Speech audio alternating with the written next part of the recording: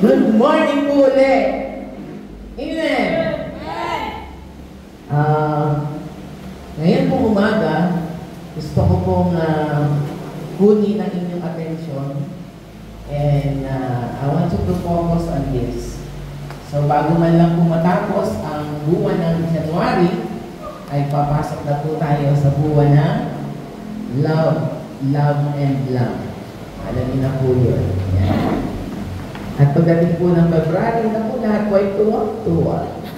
Lalo na yung mga in love. At saka yung mga nag-in love in laban.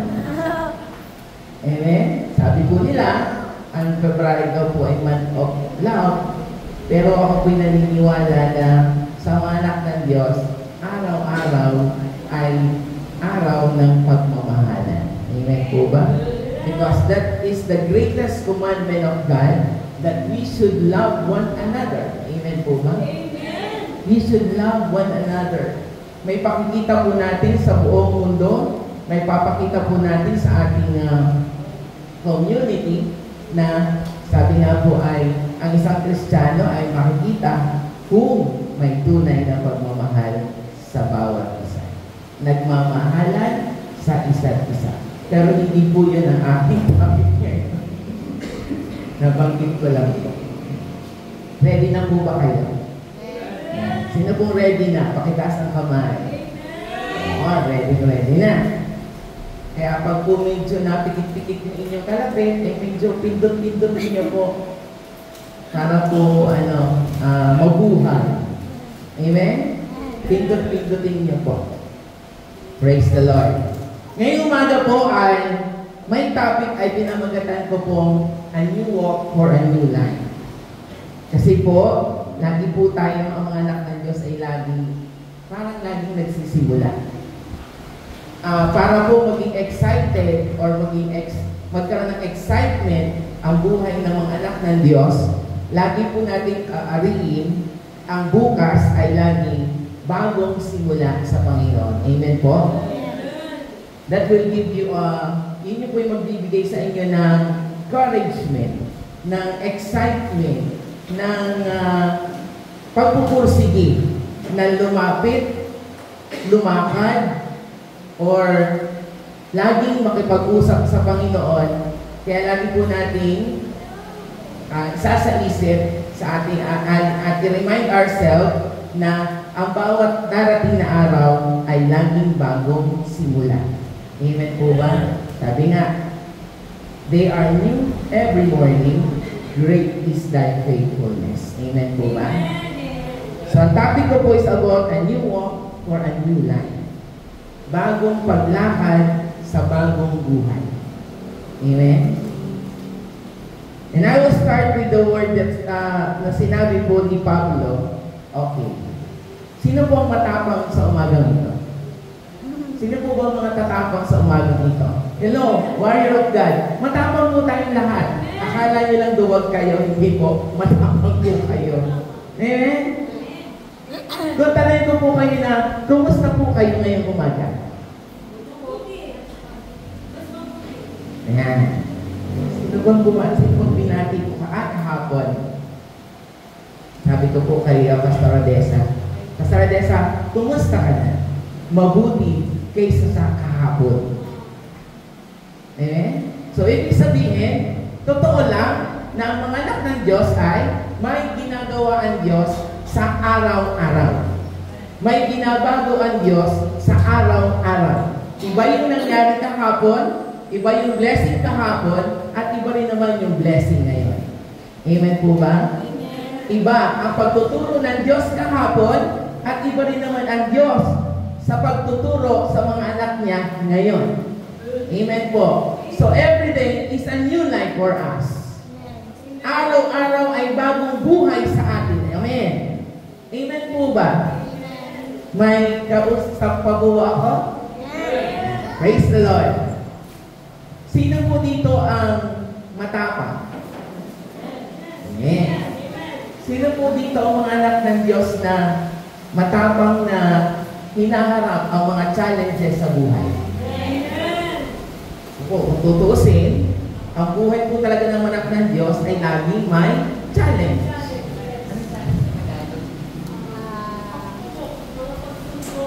pagsubok or paglabanan. Hamon. Thank you, Lord. Ang mga anak ng Diyos ay punong-puno ng hamon sa buhay. Hindi natatapos ang hamon sa buhay. Tama po? Yung paglabas niyo lang ng bahay ninyo, mukhang hahamunin na kayo ng araw na yun. Amen? The moment you step your feet or your foot on your doorstep, pagka step na step niyo pa lang, alam kong nagsisimula na ang hamon sa buhay. Tama? Baka nga po yung iba dyan, iba nating kapatiran, pagkagising at pagkamulat pa lang ng umaga sa higaan, ay hinahamon na. Amen? Ngayon po, talagang isa pong malaking pagsubok sa akin ang pagligo sa umaga. Sa totoo lang po, bakit ang lamig ng tubig dito sa gulang-gulang? Sa site po ba? Hindi. Malamig din, di ba? Sa totoo lang po, napakalamig ng tubig. Grabe. Nung ako po'y pumunta sa Liliw, sa Laguna once, talaga po hindi ako makapasok ng banyo. Salamat na lamang po meron kami. Nag-heater po kami. Kung walang heater, baka po mag-ano lang ako, mag-ano dyan in March na lang, mag-dyan purutong na lang ako. Bisik-bisik na lang. Amen? Anyway, challenges. Alam niyo po, isang character sa Bible na mahilig magbigay ng hamon at challenge sa mga anak ng Diyos o sa mga Kristiyano ay walang iba kundi si Paul. Si Paul po. One time po may nabasa po ako sa nimunta ko po yung book, pero try to lang niyo po. Sabi ni Pablo, pagsumikapan ninyo. So, ibig sabihin, pag sinabing pagsumikapan, may hamon agad. Tama? May hamon agad. And that means every Christian, Paul, ay pinapaalala sa ating mga Kristiyano na tayo po ay magkaroon na bawat araw at bawat nangyayari sa buhay, oras, segundo, araw sa ating buhay, ay lagi po tayong makaka-experience ng iba't ibang hamon sa buhay.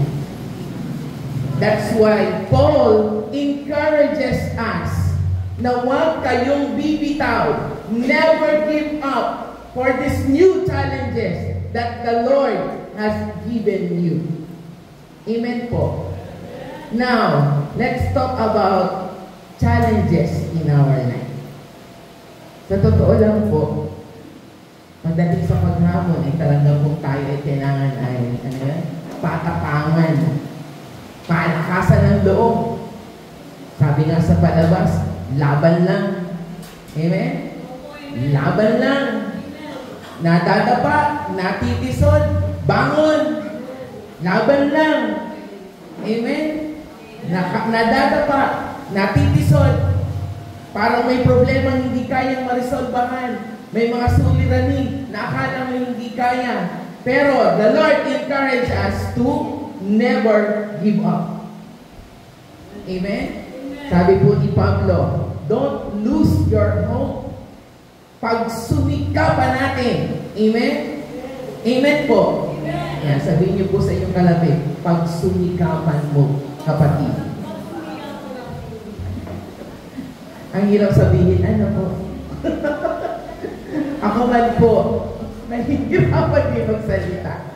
Amen? Now, ano po ba yung mga challenges na maaari po nating harapin bilang mga Kristiyano? Sabi ko po kasi sa Ephesians chapter 5 verse 1, imitate God. Be imitators of God. Gayahin lagi natin ang ating Panginoon. Amen? Imitate Christ. Amen? Imitate. Gayahin natin. Huwag tayong basta bibigay.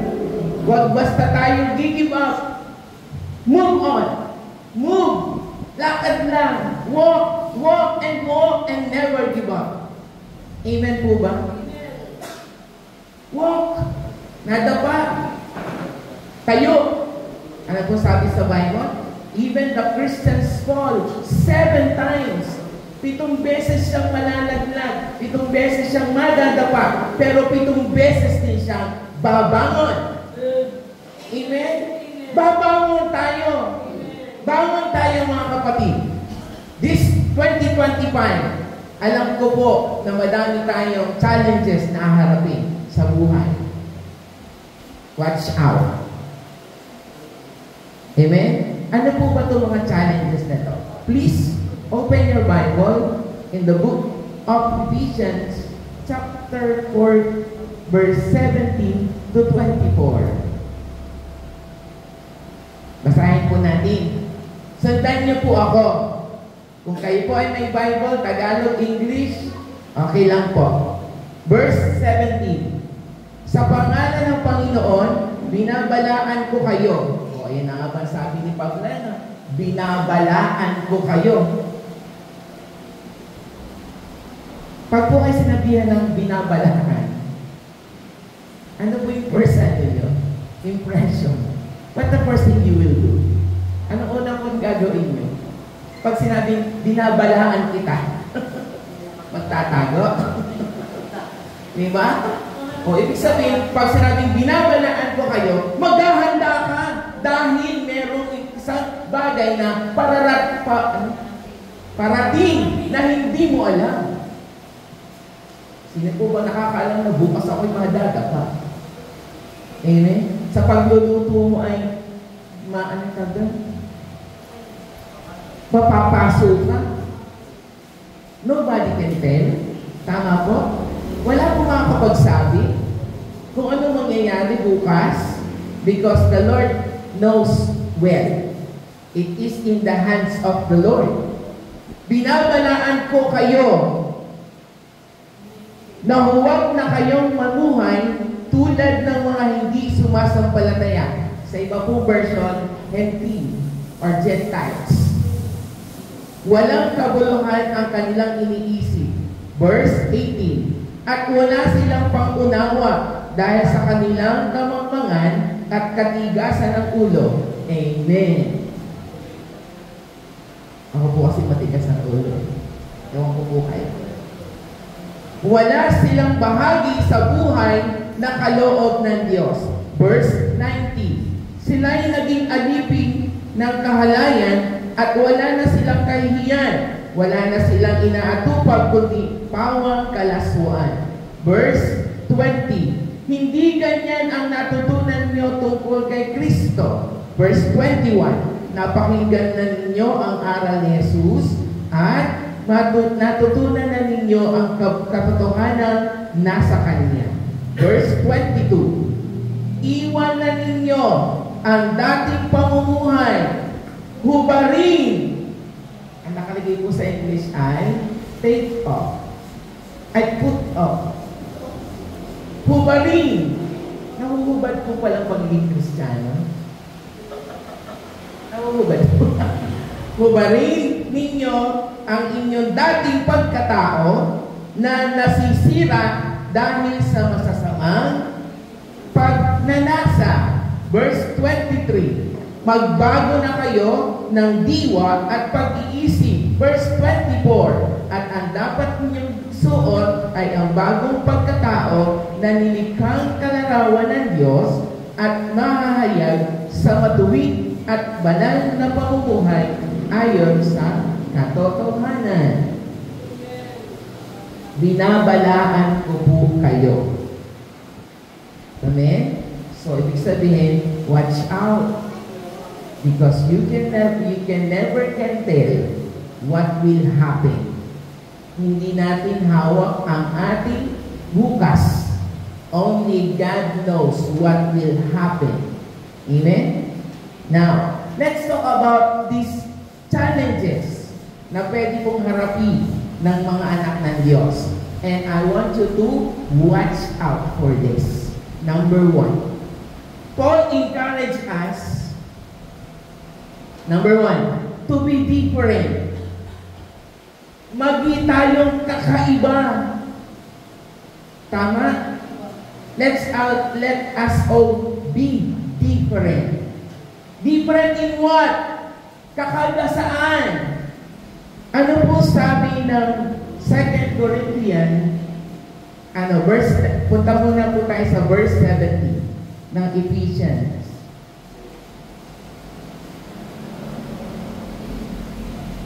Verse 17 po. Kita niyo na po. Yung unang line po, verse 17.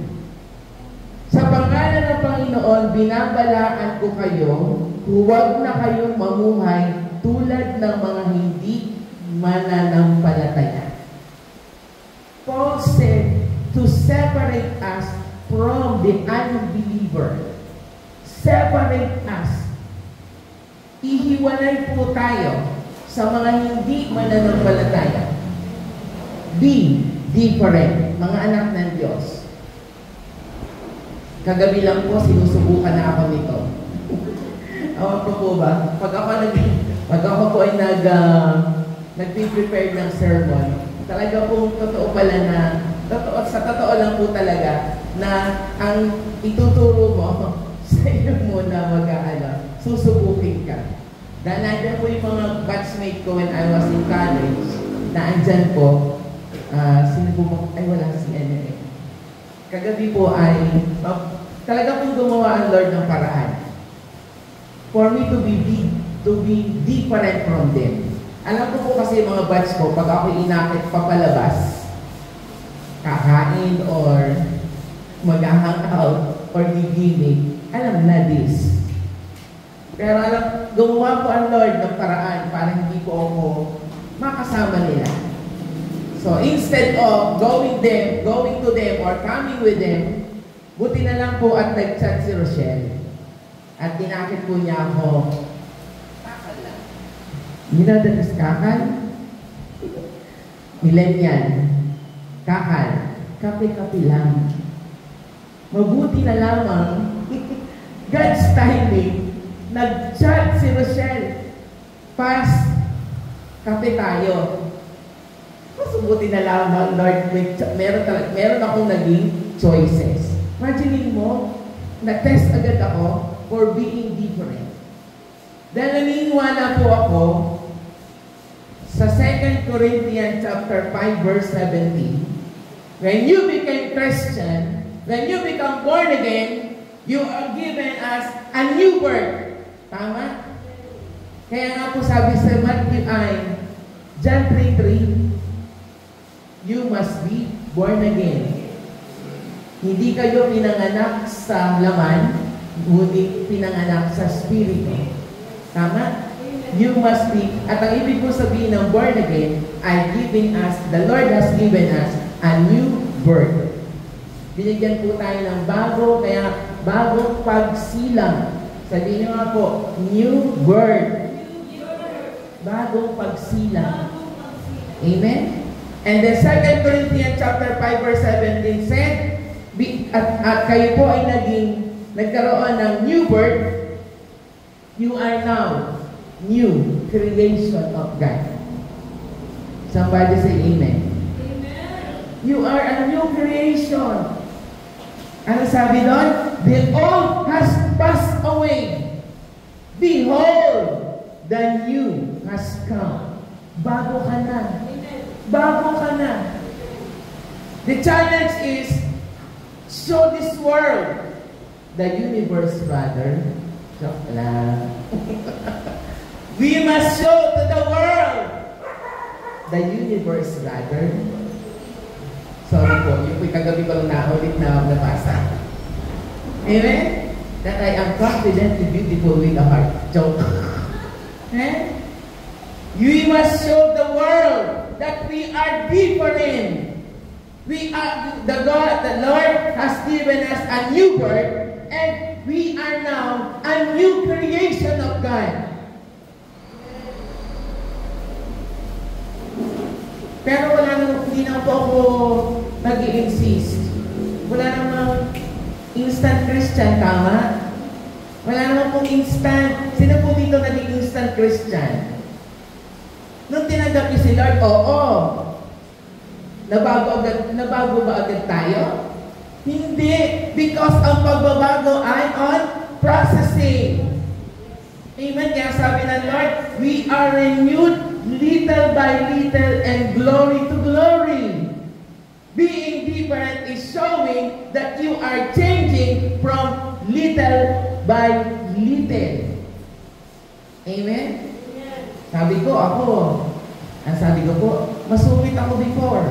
Pero masungit pa rin ako hanggang ngayon. Pero ang sungit ko, hindi na katulad ng dati. Iba na ang sungit ng mga anak ng Diyos. Suplado ako before. Totoo po yun. Suplado po ako. Tanongin po sa mga nakakilala sa akin dyan. Suplado po ako. Hindi kita inikan kung ayaw ko. Pero binago ako ng Panginoon. The Lord changes me. And that was the challenge that has given to me. And napagtagumpayan ko. Being different is showing that you are Christ-like. Kaya nga po Christian, di ba? Christian. Tama? That you are the children of God. You will try to show the world, the universe rather, the difference between the children of God and the children of devil. Tama po? Kaya ako po thankful kagabi. Hindi ko lang po pinapahalata sa mga kasama ko. Ako po ay naikachat. Talaga pong kinukulit ako. Ano na? Tuloy ka ba? Nandito kami. Salamat po sa nagkakitay kagabi. Kami po ay nagkapi-kapi. Kaya minsan maganda din yun na liwan. Mga minsan na tayo ay magkapi-kapi lang. Ano po? Upo tayo. Relax. Kapi-kapi. Ang dami na namin na pag-usapan. Amen? So, at least, by then, gumagamit ang Panginoon. Hindi niyo po ba nararanasan minsan? Gumagawa ang kaaway na lumapit ka at gumawa ka ng mali, pero pumipilit din ang Diyos na gagawa ng paraan para hindi kayo matukso. Amen po? So the word that you are different. This is the challenge of every Christian. Tama po ba? We must show them that we are different. Tayo po ay mga anak ng Diyos. Tayo po ay kakaiba. Kahit paminsan-minsan ay nabubuhay ang lumang pagkatao. Amen? Sino makaka-amen? Nabubuhay. Pero sabi ni Paul, pagsumikapan natin. Amen? Kaya siguro nabubuhay, walang pagsisikap. Naalala ko eh. Sino po nakapanood dito ng yung John and Marcia noon? Ay, pag mag-deny, yung may mga batang 90s, batang 80s dyan. Tama? Ano sabi ni, lagi sinasabi ni Doña Delilah kay John? John, magsumikap ka! Tama? Ay, ilagay po natin sa atin. Sabihin niyo mo yung pangalan niyo. 1, 2, 3. Magsumikap ka. Tama? Kasi po, sa panahon po ngayon ulit, the battle talaga. Laging may battle? Laging may lagi po may laban ng anak ng Diyos. Tama po ba? Sipin nyo na lang po minsan. Tulad ko, parang tatatlo kaming Christian doon sa lugar namin. Imagine, tatatlo kami. Ang kalaban namin, isang compound. Amen? Na pag lalabas ako, lalabas ka lang. Maririnig mo na, ay, nandiyan na si Praise the Lord. Iba minsan parang nakakapikon. Hindi po, swear. Talaga sabi ko, Lord, parang nabubuhay naman yung dati ako. Napipikon ako. Huwag mo akong pikunin. Di ba? Minsan po, sasabihin ka na, uy, nandiyan si born again. Minsan nga tawag sa akin, hindi born again eh. Ano nga? Born again ba yun? Binabago nila. Eh, kahit pang ipagpilitan ko, born again ako. Kaya lang po, minsan, talagang napipikon ako. Kasi yung tawa nila ba? Nakakainis. Yung tawang parang demonyo. Amen? That was the challenge from us. But the Lord encouraged us that we must different. Lagi po natin panghawakan na kailangan po ang unang challenge ay bilang Kristiyano, tayo po ay dapat maging kakaiba. We must separate us from the world. The universe rather. Nagpapatawa po ako. Pero kita ko po kayong lahat. Masaya naman kayo. Okay? Saan po ba nagsisimula ang digmaan? Saan po nagsisimula? Sabi po sa verse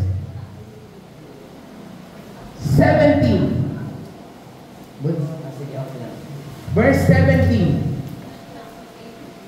Yan. Ano po sabi? That you must no longer walk as the Gentiles do. Huwag na niyong lalakaran ang lakad ng mga hindi mananampalataya. By the way, yung kung Gentiles na sinasabi dyan ay mga unbeliever. Nakatulad po tayo noon. Gentiles po tayo. Pero but the Lord has given us a new birth, tayo po isinama na bilang spiritual na Israelites. Tama po ako? Tama? Gentiles tayo before. Tatanggalin ko yung mic. Ayaw ko na. Natin tatanggalin. Mag-iinom ako before. I'm really honest with you. I am. On my first, second, third, fourth, fifth year in Christ, akala niyo ba, nasimba ako? Pero, nasa mundo ako, Monday to Saturday. At pagdating ng linggo, Kristiyana na ako, yay! How can you show that you are different from the world? Kristiyana lang pag linggo? Eh, paano yung Monday to Saturday? Tama? Naandito kasi yung battle, nasa mind. And this mind should be renewed. Kailangan po lagi itong renewed. Laging naka-connect sa Word. Naka-connect sa Lord. Amen? Kaya nga po, encouragement ko doon sa mga taga-music, kailangan po lagi na tayo ay laging naka-connect sa Lord. Normally, pag nabili po tayo ng cellphone, di ba sinasabi ng magbebenta? Pag yan po, ang cellphone nyo ay 20% na lang o 15%, ano sabi? I-charge nyo na po. Ito namang magaling na Kristiyano, Lord, 15% kaya pa? Carry pa? Yes. Carry pa? 10%. Uy, makakatawag pa to. Carry pa to. Naaliw. Tawag doon? Nalibang. Hindi napansin ang oras. 0% na. Kalimitan kasi sa mga anak ng Diyos, lumalapit sa Panginoon kapag wala ng battery. Drain na. Samantalang, ang reminder ng Lord sa atin, 20% pa lang, connect na agad sa Diyos. Kala niyo lang, kaya niyo, hindi niyo kaya. Tama? Connect agad sa Lord. And pag nag-full charge na, anong nangyari sa cellphone natin? Diba? Kahit tayo manood ng Netflix paghapon, hindi malolobat kasi full charge na. Ganun din tayo sa Lord. Amen?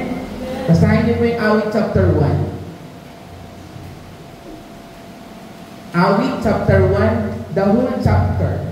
And you will know the difference between the God and the ungodly.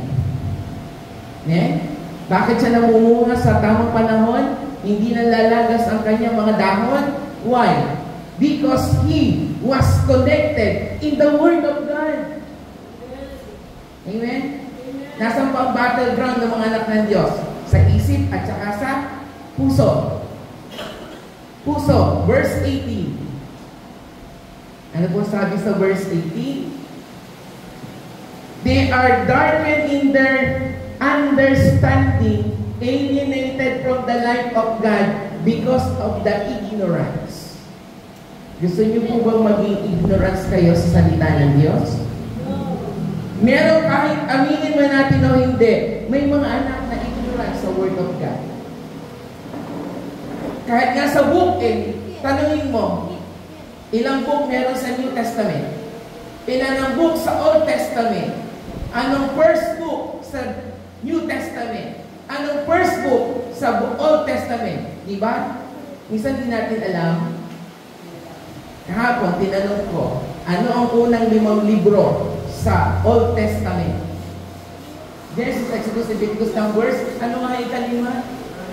Ayan. Now you know. Alam mo na. Deuteronomy. Ano kasunod? What next? Deuteronomy? Ang sunod? Joshua? O, di ba? Hindi nyo i-make? Matthew, Mark, Luke, John. Ano kasunod ng John? Amen. Acts, Romans, 1st and 2nd Corinthians, Galatians, Ephesians, Philippians, Colossians ko pala, meron ko pala. Sorry.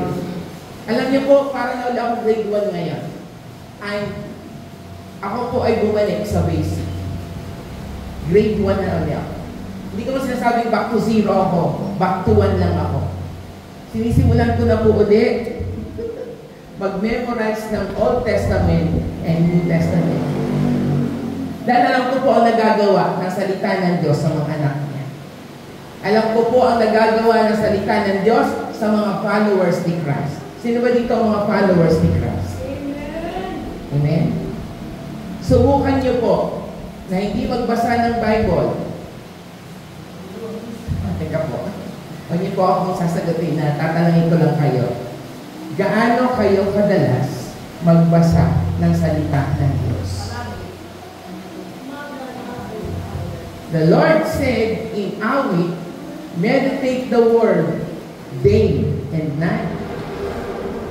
As well as Joshua said, di ba? Ang sabi ni Joshua 1:8, be of good courage, meditate the law. Ang basahin, ang aklat na ito, araw at gabi. Amen?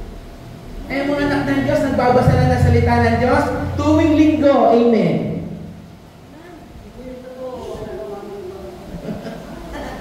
Amen? Let's be honest to ourselves. Ito lang naman po magpapalaya sa atin, di ba? Ang pag-amin ng totoo. Amen?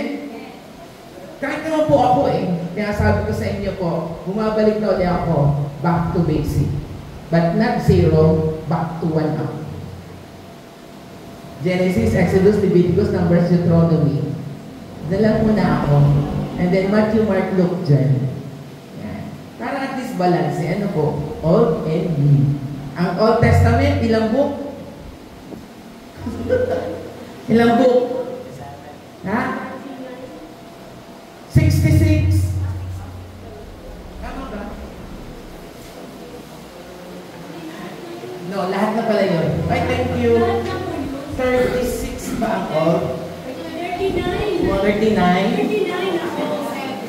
And ang New Testament ay 27. O tayo, nare-recall tayo. Ano? Tututusin yun yung mga elementary.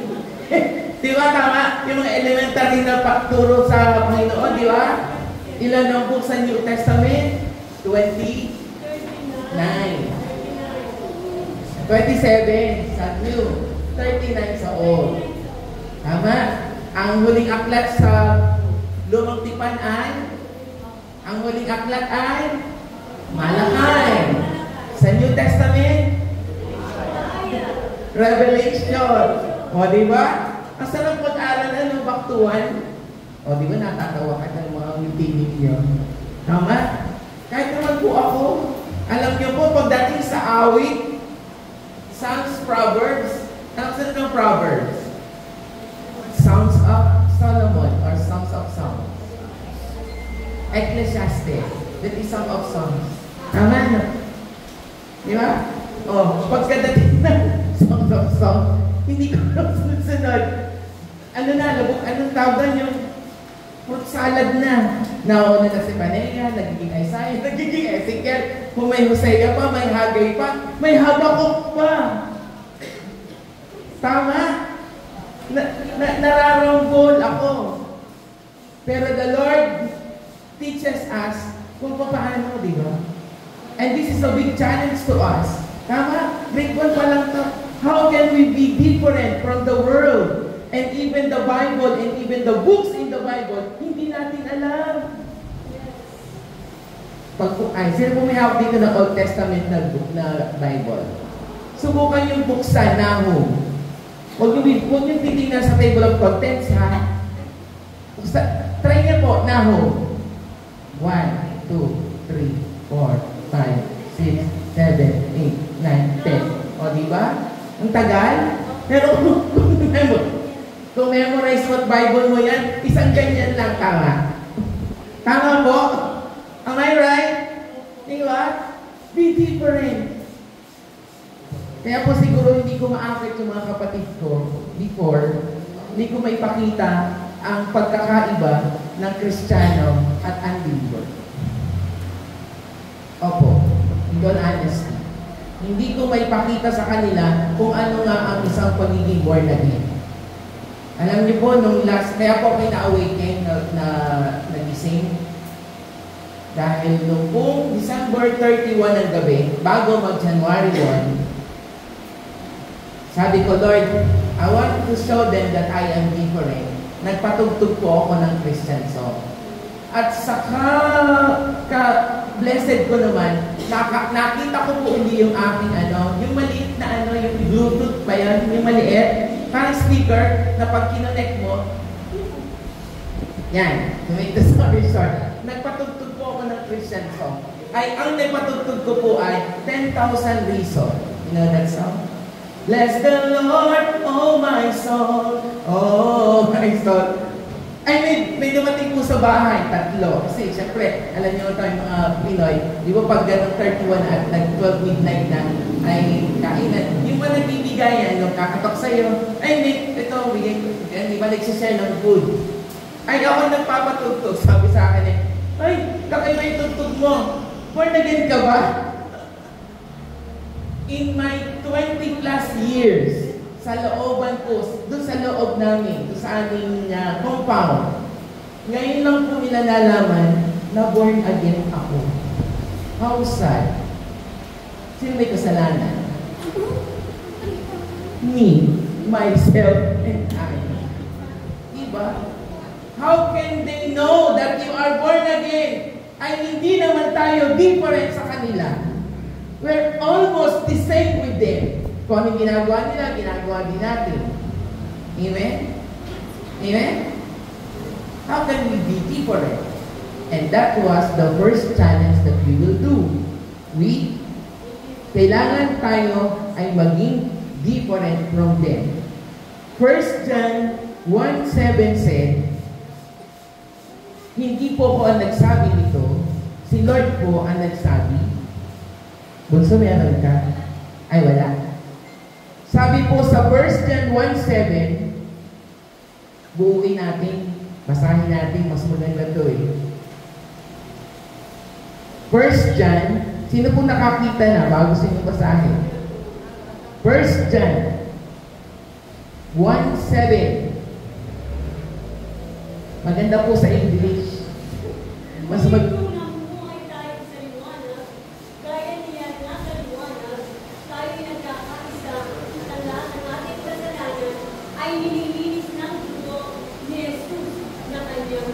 ng kanyang anak. Nililinis tayo ng kanyang dugo, ng dugo ng kanyang anak. Pero gusto ko pong ibigyan ng emphasis ng focus here is, but if we walk in the light. Amen? Pagkatapos po tayo naging Christian, ang unang binigay po sa atin ay new birth. Anong kasunod? Ano sabi ng Diyos? Be light on this world. Kaya po siguro hindi ako nalulong ko talaga. Ito lang po talaga. Sabi ko ako sa Panginoon, sige Lord, I promise. Ay, hindi ko ako nagpo-promise, but I will do. Sige. Kung ikaw gusto mo, ilalantad ko na. Sino ba naman po ang nagsindi ng ilaw na inilagay sa ilalim ng yung takluban. Di ba? Saan po ba nilalagay ang ilaw? Sa ibabaw. Para maliwanag. Kaya po siguro mga anak ng Diyos ay hindi nakakapagdala ang liwanag ay itinatago. Itinatago sa closet. Saan ka naman nakakita ng ang kandila ay inilagay sa loob ng cabinet? Masusunog yun. Amen? Amen? But if we walk in the light, ano po sabi? As He is in the light. Ayan. Kaya hindi po nila nalaman na born again ako, yung ilaw na nasa akin, pilit kong itinatago. Amen po? Ay, ano ba ang purpose ng liwanag na to? Para maliwanagan ang mga naliligaw. Because you cannot walk in darkness, tama? Oh, sabi sa aklat sa Biblia, sinong makakapag-akay sa bulag? Tama? Kapwa bulag ba? Hindi. Tayo na binigyan ng ilaw ng mata ang makakapag-akay sa kanila. Amen? Be different. Mahal niyo po ba ako? Be different. Maging kakaiba po tayo. At sa totoo lang naman po talaga, ang mga anak ng Diyos ay ang tawag ay alien sa mundo ito. Hindi naman ito ang bahay natin, amen? This is not our home. John 14:1, in my Father's house are many bahay kubo. Mansyon. Amen? Mansyon! Hindi bahay kubo! O, di ba? Ang promise ni Lord. Be different. Number 1. Now, tuloy ko po? Tutuloy pa ako? Number 2. The Word of God and the Lord encouraged us to be discerning. Be discerning. Discerning means we must avoid, forbid, avoid. Tagalog. Hirapan ako, Lord. Iwasan. Avoid. Amen? Avoid like being lost. Na para tayo mga tupang naliligaw. Be discerning. Alam ko po ng mga anak ng Diyos, ng tayo po lahat ng maging born again, binigyan po tayo ng Diyos ng liwanag para po malaman natin ang tama at ang mali. Amen? Ang liwanag na to ang magpapatunay sa atin at magbibigay ng gabay para makita natin ang pagkakaiba ng tama sa mali. Amen. Ano po sabi ni Pablo sa Philippians chapter 2 verse 5? Let this mind be in you among yourselves, which is yours in Christ Jesus. Kailangan po na ang mind ni Christ at ang mind natin ay iisa, so that we will know the good, the difference between good and evil. Amen po. We must have or we must be discerning. Maging ano po tayo, alerto tayo. Ano ba ang Tagalog ng discern? Yung marunong kang tumingin. Marunong kang umunawa. You can know better. May pagkaalam ka sa tama at mali. So pag sinabi ng Lord na huwag na, huwag na. Kaya lang, problema. Masarap daw masarap daw gawin ng mali. Alam ko po yun. Masarap yung gawin ng mali. Lalo yung sa mga pagkain. Sige. Sino dito mga nataas ng high blood? Ay, nataas ng high blood. Mayroong hypertension. Sorry po sa term ko. Di ba? Sabi ng doktor, huwag kang kakain ito.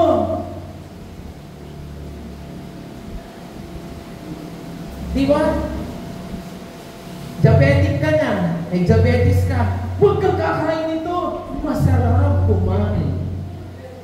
Tapos, pag nakaramdam ng pangit sa katawan, sisisihin ng Diyos. Bakit ako nagkaganito? Eh, sino bang kumain? Sino bang matigas ang ulo? Amen? Kaya we must have, kailangan tayo be discerning. Maging matalino na tayo. Huwag tayo maging mangmang. Pag sinabing mali, mali. Hindi kasi minsan tayo, ginagawa natin sa Panginoon, nangangatiran tayo eh. Tama? Nangangatiran tayo eh. Minsan sabihin pa natin eh, Lord, minsan lang naman. O, yan. Yan o kadalas ang minsan. Yung minsan ka nga nang kumain, tumaas pa ang BP mo. Tama? Diba? When the Lord said no, no. And when the Lord said yes, yes. Amen po. Let the mind of Christ be in us. Amen? Let the mind of Christ. We are no longer in the dark. Wala na po tayo sa kadiliman. We are transferred in the light of God. Huwag na po kayo magsumiksik sa dilim. Ang hirap po ng buhay sa kadilim. Amen? Ang hirap po talaga. Kaya ang battle lang po talaga ito eh. This is a challenge for us. Be discerning. Kagabi siguro kung di ako tinigyan ng Lord ng spirit of discerning, ay mas pipiliin ko siguro pumunta ng bayan kaysa makipagkapi-kapi na lang. Totoo po yun. Because the Lord knows that we are weak. Alam na tayo nanghina. Creation niya tayo eh. Diba? Creation niya tayo, kaya kilala tayo ng Diyos. Kilala ni Lord si sister at si brother kung saan mahina at kung saan siya malakas. Amen po. But the promise of the Lord, pag dumating, ano sabi? Philippians 4:13. Yeah. Ito na naman tayo, magkukog na naman tayo ng verse. Diba? Ano Philippians 4:13? I can do all things through Christ. Pero alam mo minsan, yung pagkukog niyo ng verse, minsan, namamali ang context. Diba? Nami-misuse, nami-mislead. Tama? Gamitin na po natin to at ang mga salita ng Diyos with the spirit of discernment. Amen po. Be discerning. Let the mind of Christ. Diba? Ang sabi po sa John 8:32, you will know the truth and the truth will set you free. Sino po magpapalaya sa atin? Ang katotohanan. Amen po ba? We are no longer in the dark, mga kapatid. We are transferred in the light. Kaya kahit ano mangyari, tayo po ay manatili na lang sa liwanag. Huwag na po tayo magsumiksik sa dilim na yan. Mga kapatid, I love you with the love of the Lord. This is what the Lord wanted to say, or to tell you about this morning. Huwag na po tayo magsumiksik sa kadiliman. Magsumiksik na lang tayo ay sa kaliwanagan. Amen? Amen po. Kaya lang, minsan ginagawa talaga ng kaaway, talagang itong kaaway na ito, masyadong pasawayan ako. Talagang hihilahin tayo dahil masarap dito eh. Tama? Masarap ang lechon. May mga high blood dyan, mamaya mag-lechon tayo. Diba? Lalo yung balat, mas maluto. Sarap! O, ba't natawa? Diba? Diba? O, sa may mga diabetic dyan, huwag kayong kakain ng ubas na. Huwag kayong kakain ng ubas. Ibigay nyo nila sa akin. Opo. Kasi, ito po, bago ko pala na-discover ito eh. Kaya sinabi ko po kay Sister Lila, ang ubas po ay fruits, tama. Pero yan po ay rich in glucose. Yan po ay mayaman sa asukal. Kaya, sabi po ng doktor, medically speaking, ang mga may diabetic huwag kakain ng ubas. Because ubas is a fruit that rich in globus. Kaya sabi ko, huwag kang kumain. Ang sabi ko sa akin, paminsan-minsan na naman. Once in a blue moon. Tapos, pag tumaas ang sugar, diba? Nangingisay. Ay, saan may kasalanan? Hindi siyempre ako kumain ako. Diba? Amen? When the Lord say no, no. When the Lord say yes, go. Amen? Tama po? Mahirap. Alam ko po, so hard. Napakahirap dahil sa pagsunod sa Panginoon, there is a lot of challenges we have to face. Marami tayong challenges na haharapin. Pero ako po'y naniniwala that the Lord is there. What the Lord promises, He promised, what He promised, He will do it. Unang-una, sabi ko sa inyo, the Lord will never leave us comfortless. He will never leave us. He will never forsake us. Amen? Pag masakit ang ulo, hindi na babayaan na ako ni Lord. No. Hindi. Hindi po totoo yun. Ano man ang nararanasan sa buhay natin sa ngayon, God is there. He will lift you up. Bakit? Kung sumakit pang ulo mo, nalugmok ka na? Hindi naman. Hindi ka na nakalakad? Hindi naman. Because the Lord is there to lift you up. Second challenge is to be discerning. Tama po? Be discerning. Be discerning in many ways. Alam ko po na ang lahat ay aamin at mag-i-amen sa akin na kilala niyo ang Diyos. Kilala niyo po ba ang Diyos niyo? Yeah. Alam niyo po ang tungkol sa Holy Spirit. Then, alam niyo po ang tungkol sa kaligtasan. Amen. Alam niyo po ang tungkol sa baptism. Alam niyo din. Alam niyo din na ang tungkol sa pananampalataya. Amen? Ay sa pagsunod. Sorry po. Diba? Hindi, alam niyo yun. Pagsunod. At alam niyo din na may kamatayan. Alam niyo din ang tungkol sa impyerno. At syempre, higit, alam niyo ang tungkol sa langit. Amen? Alam niyo yan. Alam ng Diyos na marami na kayong alam. Dahil lang sa karamihan ng inyong alam, marami din kayo nalilimutan. Amen? Yan. Kaya po sabi ko, Lord, I will going back to the basic. Dahil siguro on my 20 plus years in the Lord, marami na akong nalilimutan na kailangang balikan ng elementary subject, kumbaga, balikan natin. Kung tayo babalik sa grade 1, at yun naman ang magpapalago sa atin, sige, why not? Back to basic. Simula ulit tayo sa Genesis, Exodus, Leviticus. Amen? Kung ang prayer nung una natin ay, ang prayer natin ay isang intermediate pad, back to back. Hindi napapansin ngayon. Ano na prayer ninyo? Sige nga. Nawa? Ano na prayer nyo ngayon? Sa gabi. Lalo sa gabi? Ay, thank you Lord. Amen. Diba? Samantalang nung una, may pagluhod ka pa. May pag-iyak ka pa. Tama? Amen? Revelation. Ano sabi niya? Meron lang ako ikinululungkot sa iyo. Ano po sabi ng Revelation? Nawawala na ang iyong unang pag-ibig. Nawawala na ang iyong unang pag-ibig. Ibalik natin yung first love natin sa Lord. Amen? Balik natin. Balik natin. Amen! Amen po ba? Naikausap po ako.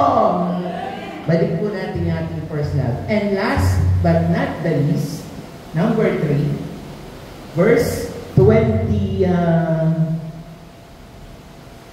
to 24. Yeah. Dito po ako maglilin. And the third challenges that Paul and the Word of God given us is be decisive. Dito po ako fail sometimes. Pagdating sa pagdidesisyon. Dito po talaga ako, siguro dalawang set, yan ang kahinaan mo. Be decisive. Pagdating po sa pagdesisyon, dyan po talaga ako fail. Ang utak ko po ay lagi nag-waver. Ang sabi ko sa Bible, oo kung oo, hindi kung hindi. Ay pag sinabi, sama ka brother, oo. Buti, oo lang ako, ay paano kasi nung ako ng A to Z. Diba? Sabi doon, be decisive. Decision or decisive in what way? Maging decisive po tayo to make, dito na po tayo papasok, to make changes in our lives.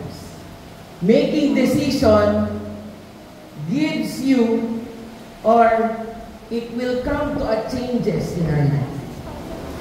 Ang pagdidesisyon ang nagbibigay ng pagbabago sa ating buhay. Amen? Naniniwala po kayo? Diba? When you decide, magbibigay yan ng pagbabago sa ating buhay. Ano po yung ating gagawin na desisyon na gagawin sa buhay natin, mga kapatid? Una, verse 22. To put off your old self. Tanggalin ang lumang pagkatao. Hubarin. Diba sabi kanina? Hubarin ang inyong lumang pagkatao. Tayo po ay patay na sa kasalanan at binuhay na ni Christ. Amen? Tayo po ay dating patay. Tayo po ay patay na sa kasalanan. At tayo po ay binuhay na kasama ni Christ. So we have to hubad. Hubarin ang lumang pagkatao. Tanggalin na si dating matampuhin. Tanggalin na si dating suplado. Tanggalin na si dating masungit. Palitan ng pagiging mabait. Gusto kong bumait, pero di ko magawa. Kantay, di ba? No? Nasa Diyos ang awa. Sa tao gawa. Gusto kong bumait. Tama ba ako mga millennial? Kantay, di ba? No? Gusto, Lord, patawad. Ngayon ko lang nalaman ang apelyido pala ni Lord ay patawad. Yan, no? Kantay na lang, brother. Lord, patawad. Hubarin ang lumang pagkatao. Hubad. Tanggalin na yung mga dating mali. Palitan ng tama. Amen. Put off your old self. Number 2. Ano po sabi sa Romans 12:2? Yan, alam niyo po yan. Ay, hindi ko pala. So, balik. Yan. Verse 22. Ano po sabi? Hubarin. To be, desisyonan po natin na hubadin ang lumang pagkatao. Put off your old self. Pero kita ko naman po alam niyo po, sa mga anak ng Diyos, minsan obserbahan niyo po kami, yung mga nagtuturo. Tapos ay yan daw lang ha, kagabi po kasi, minsan po may nakakita ditong halo. Parang bilog na liwanag. Yun. Di ba sabi ng salita ng Diyos, ang mga anak ng Diyos ay nakikita ang kaluwalhatian sa kanyang mukha. Tama? Kaya pag nakikita ko po kayo, it reminds me that we are really a Christian. Kasi yung kaluwalhatian ng Diyos ay lagi nasa inyo. Pero huwag kayong sisimangot, ha? Pag sumimangot kayo, nawawala ang glory ni Lord. Amen? Huwag kayong sisimangot. Smile. Simple lang yun. Smile. Tama? Tawa lang, ngiti lang. Kahit walang ngipin, tawa lang. Amen? Proverbs said, laughter is the best medicine. Tama? Tama ba? Put off your old self. Number 2, verse 23. Verse 23. Be decisive. Nasaan na tayo, bunso? Balik-balik. Number 3 na. 3. Yan. Verse 23 ng Ephesians chapter 4. Sabi niya, to be renewed. To be decisive is to be renewed. May kasunod po yan. Renewed what? Renewed by the Spirit of God. Kaya po hindi natin nalalaman kung ano ang good and acceptable and perfect will of God dahil ang ating pong isipan ay hindi renewed. Amen? Ano po sabi sa Romans 12:2? Alam niyo yan. Sabihin ko pa ba? Ano ang pinaka-thought ng Romans 12:2? But be ye transformed by the renewing of your mind, so that you will know what is good and acceptable and perfect will of God. Amen? Ano po sabi sa Philippians chapter 4, verse 8? Yan, brother. Yan, sabihin niyo po yung kalapit niyo. Tingin po kayo sa kalapit niyo. Brother, tingin dali. Yan, game. Partnera na. Kung ang kalapit niyo ay brother, sabihin niyo po, brother. O kung sister, sister. Sabihin niyo po ito ha, whatever is true. Yan. Whatever is honorable. Whatever is just. Whatever is pure. Whatever is lovely. Whatever is commendable. Stop. If there any excellence, if there is anything worthy of praise, think of these things. Amen? Ito na lang po lagi ninyong isipin kung ano ang true, kung ano ang honorable, ano po ang just, ano po ang pure, ano po ang lovely, ano po ang commendable. And that will start being decisive. Amen po? Yan ako po elaborate pa. Paano pa po? Verse 24. Last na po ito. To put. Sabi po sa verse 22, put off your old self.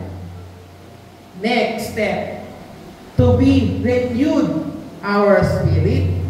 And the last one is to put on new self. At pagkatapos yung hubarin ang inyong lumang pagkatao, isuot niyo naman yung inyong bagong pagkatao. Put on the new self. Galatians 2:20. Put on. Bago ka na yun. New self ka na. Ano po, ito, gusto ko po itong verse na ito. I hope you like it too. I have been crucified with Christ. It is no longer I who live, but Christ who lives in me. And the life I now live in the flesh, I live by faith in the Son of God, who loved me and gave himself for me. Put on your new self. Iwaksin nyo na yung luma niyong pagkatao. Hubarin nyo na yung luma niyong pagkatao. Isuot nyo yung bagong pagkatao na ibinigay sa inyo ng Panginoon. Isuot po natin. Amen po ba? Let us walk. Let us walk to a new life by means of being different, being discerning, and being decisive. Walk. Amen po? Walk a new life to God by being different, being discerning, and being decisive. Amen po. Let all stand up. Tayo po tayo. Hallelujah. Samahan niyo po ako.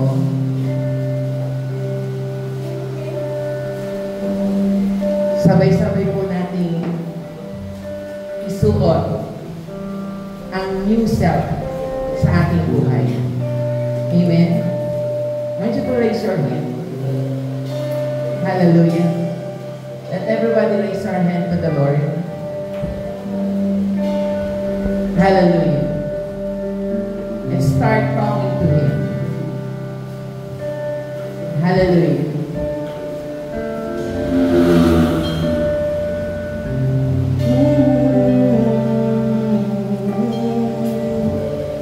Yes, God.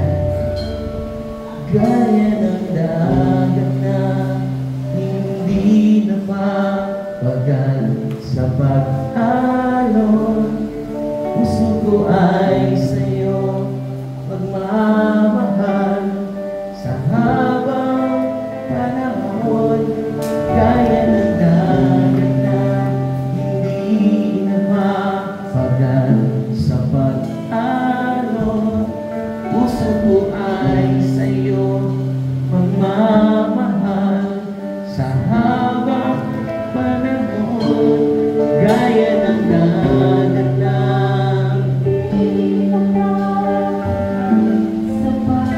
yes, God. Narito kami, Panginoon, sa iyong harapan. Nagpapakumbaba, O Diyos, gaya ng dagat na. Narito kami, O Diyos. Tinataas namin ang aming mga kamay sa iyo. Sinusurrender namin, Panginoon, ang aming mga sarili, O God. Help us, O Lord, to be different, to be discerning, and to be decisive, God, for your own glory, Lord. Use us, O God, by your mind and by your will, Lord. Salamat, O Diyos, sapagkat Ikaw ay tunay na Diyos na aming pinaglilingkuran. God, we surrender ourselves to you. Give us a new walk for a new life, O God, in us. As your followers, God, give us, O God, gaya ng dagat na hindi na mapagal sa pag-alon.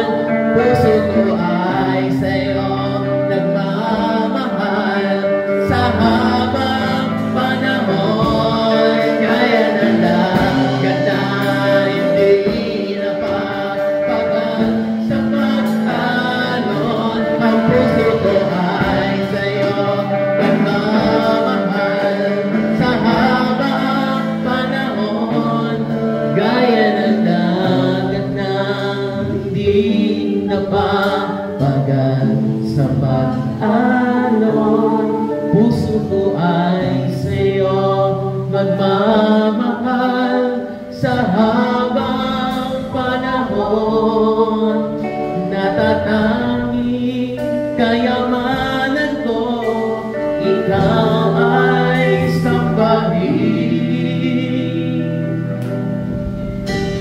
Wagas na pagsintan iyong bigin, kalapit ng awitin.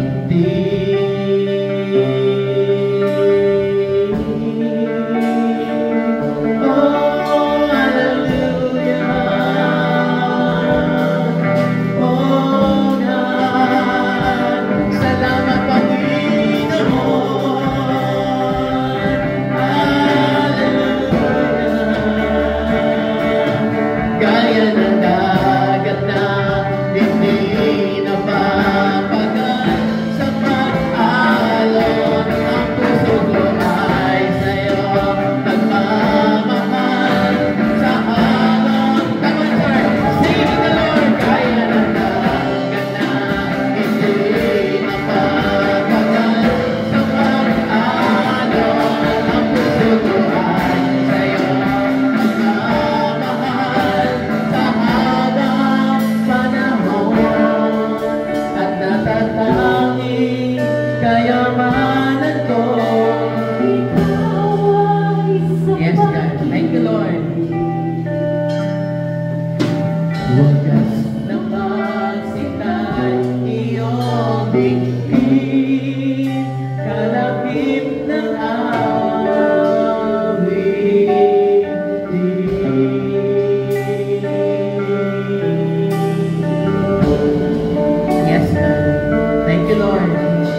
Hallelujah.